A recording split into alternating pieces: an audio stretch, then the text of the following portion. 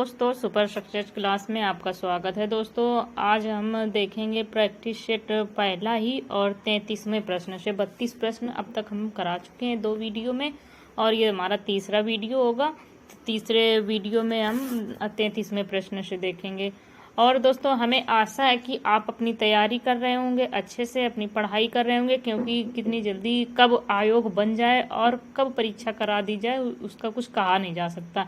इसलिए अपनी तैयारी अभी से इतनी मजबूत रखें कि कभी भी परीक्षा करा ली जाए और तैयार रहें, जिससे कहीं से भी कोई समस्या ना हो और बहुत अच्छे से अपनी तैयारी करके अपनी परीक्षा दें, जिससे कि परीक्षा निकाल सकें और अच्छे नंबर ला सकें। पासिंग मार्क्स नहीं, जितने ज़्यादा से ज़्यादा हो सकें अच्छे नंबर ला सकें।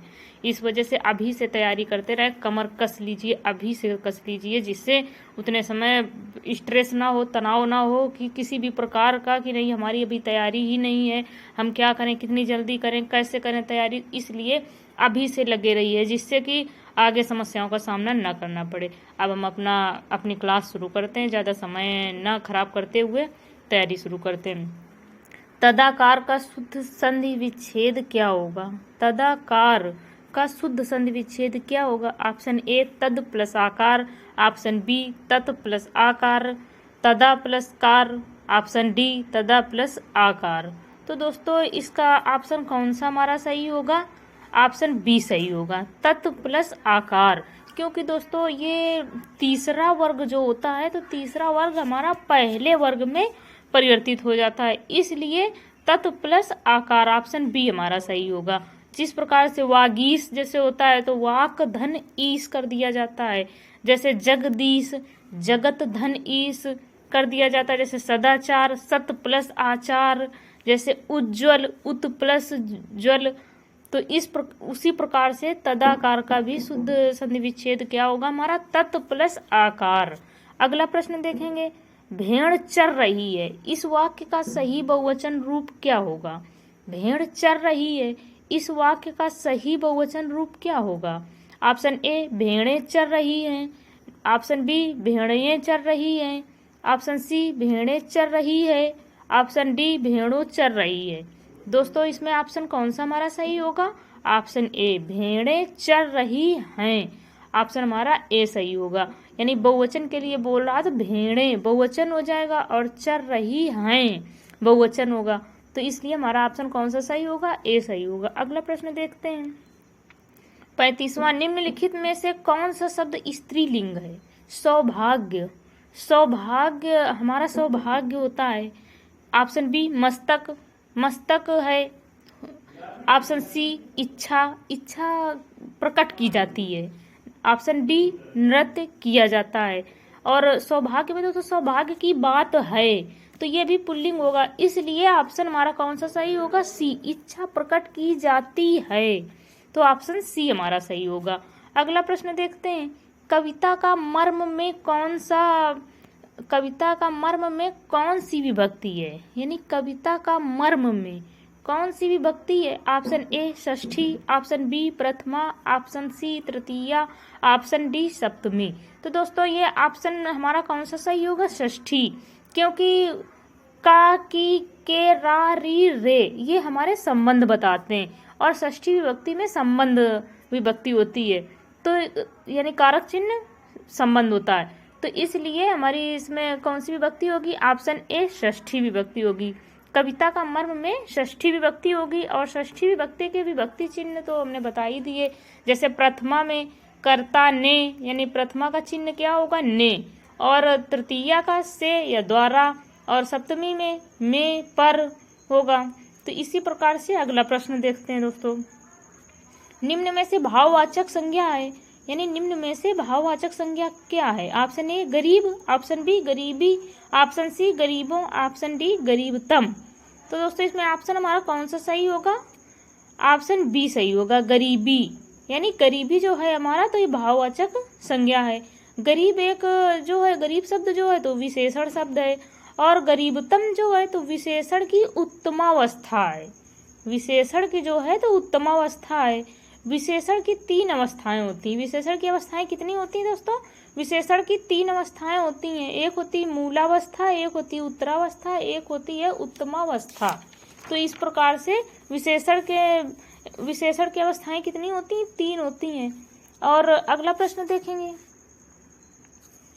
वह इधर उधर घूमती रहती है, वाक्य में अव्यय पद है। वह इधर उधर घूमती रहती है, वाक्य में अव्यय पद कौन सा है? ऑप्शन ए रहती है, ऑप्शन बी इधर उधर, ऑप्शन सी वह, ऑप्शन डी घूमता। तो दोस्तों इसमें ऑप्शन हमारा कौन सा सही होगा? ऑप्शन बी सही होगा, क्योंकि वह इधर उधर घूमती रहती है, अव्यय पद पूछ रहा, तो इधर उधर जो है हमारा, तो ये अव्यय पद है। इधर उधर जैसे हो गया, और ये जो अव्यय पद होते हैं तो दोस्तों ये लिंग, वचन, पुरुष, कारक इत्यादि के कारण कोई विकार नहीं होता, यानी कोई परिवर्तन नहीं होता। ऐसे शब्दों को हम अव्यय कहते हैं। और जो दिशावाचक अव्यय होते हैं, इसे इधर उधर, ये हमारा इधर उधर जो है तो ये दिशावाचक अव्यय है। आगे देखते हैं, ओह मेरा सिर फटा जा रहा है, वाक्य है। ऑप्शन ए प्रश्नवाचक, ऑप्शन बी आज्ञावाचक, ऑप्शन सी विस्मयवाचक, ऑप्शन डी निषेधवाचक। तो दोस्तों कौन सा सही होगा इसमें हमारा? ओ मेरा सिर फटा जा रहा, तो ये ऑप्शन सी सही होगा, विस्मयवाचक, क्योंकि संबोधन किया जा रहा। विस्मयवाचक का मतलब क्या होता है? संबोधन, यानी संबोधन किया जा रहा है कि ओह सिर मेरा फटा जा रहा है, तो ये विस्मयादिबोधक चिन्ह होता है हमारा। अगला देखते हैं, अर्थ के आधार पर दोस्तों जो हमारे होते हैं चिन्ह कितने प्रकार के होते हैं? 8 प्रकार के होते हैं। एक प्रश्नवाचक हो गया, आज्ञावाचक, निषेधवाचक, विस्मयवाचक, इसी प्रकार से 8 प्रकार के हमारे होते हैं। निम्नलिखित में से कौन सा क्रिया विशेषण का भेद नहीं है? निम्नलिखित में से कौन सा क्रिया विशेषण का भेद नहीं है? ऑप्शन ए रीतिवाचक, ऑप्शन बी स्थानवाचक, ऑप्शन सी कालवाचक, ऑप्शन डी गुणवाचक। तो दोस्तों इसमें कौन सा हमारा ऑप्शन सही होगा? ऑप्शन डी गुणवाचक गुणवाचक जो है तो हमारा क्रिया विशेषण का भेद नहीं है। ये रीतिवाचक, स्थानवाचक, कालवाचक जो है तो ये क्रिया विशेषण के भेद हैं। अगला प्रश्न देखते हैं, निम्नलिखित में से किसे अविकारी शब्द माना जाता है? ऑप्शन ए संज्ञा, ऑप्शन बी सर्वनाम, ऑप्शन सी अव्यय, ऑप्शन डी क्रिया। तो दोस्तों इसमें ऑप्शन हमारा कौन सा सही होगा? अविकारी, यानी जिसमें विकार न उत्पन्न हो उसे हम क्या कहते हैं? अविकारी। ऑप्शन सी सही होगा, अव्यय। अगला प्रश्न देखते हैं, निम्नलिखित में से महाप्राण ध्वनियां हैं। तो दोस्तों ऑप्शन ए का और गा, ऑप्शन बी चा और जा, ऑप्शन सी पा और बा, ऑप्शन डी ढा और धा।